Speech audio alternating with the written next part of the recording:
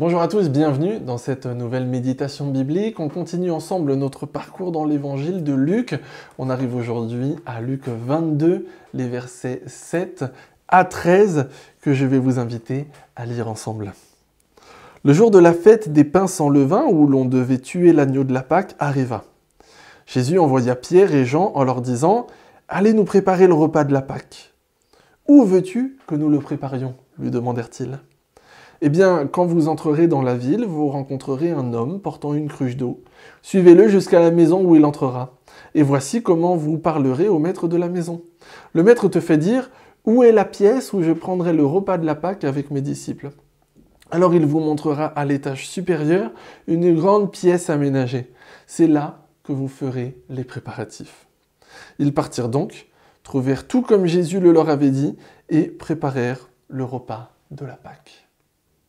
Jésus se prépare à fêter la Pâque avec ses disciples et pour ce faire, il envoie deux d'entre eux, Pierre et Jean, pour préparer le repas. Lorsque les disciples lui demandent où ils doivent aller préparer ce repas, Jésus leur donne des instructions qui peuvent paraître un peu énigmatiques, un peu comme une chasse au trésor, vous irez dans la ville, celui que vous verrez avec le cruche, vous le suivrez, etc.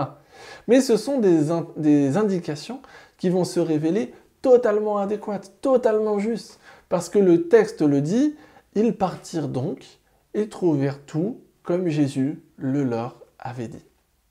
Le fait que Jésus sache que cet homme qui porte une cruche serait là lorsque les disciples allaient arriver dans la ville, le fait que chez lui les disciples trouvent une pièce aménagée où ils pourront faire les préparatifs pour la fête, tout cela montre l'autorité et la puissance de Jésus. Il ordonne, les choses arrivent. On a dans ce texte l'impression que les choses coulent tout simplement, qu'elles s'emboîtent parfaitement au fur et à mesure selon la volonté de Jésus. Luc est en train, encore une fois, de nous montrer par de petits détails la puissance et la divinité de Jésus. Il nous montre aussi le soin apporté au moment passé avec ses disciples.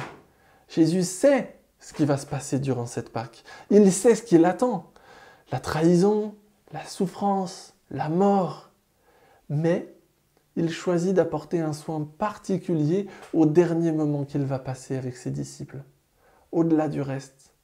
Comme pour montrer que c'est ça qui est vraiment important. Passer du temps avec ses disciples.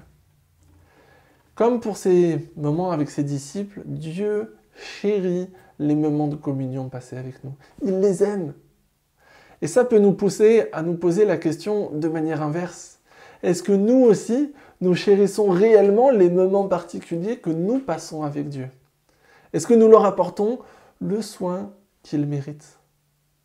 Alors saisissons l'importance de ces moments, prenons soin de ces moments, comme Dieu lui-même en prend soin. Amen.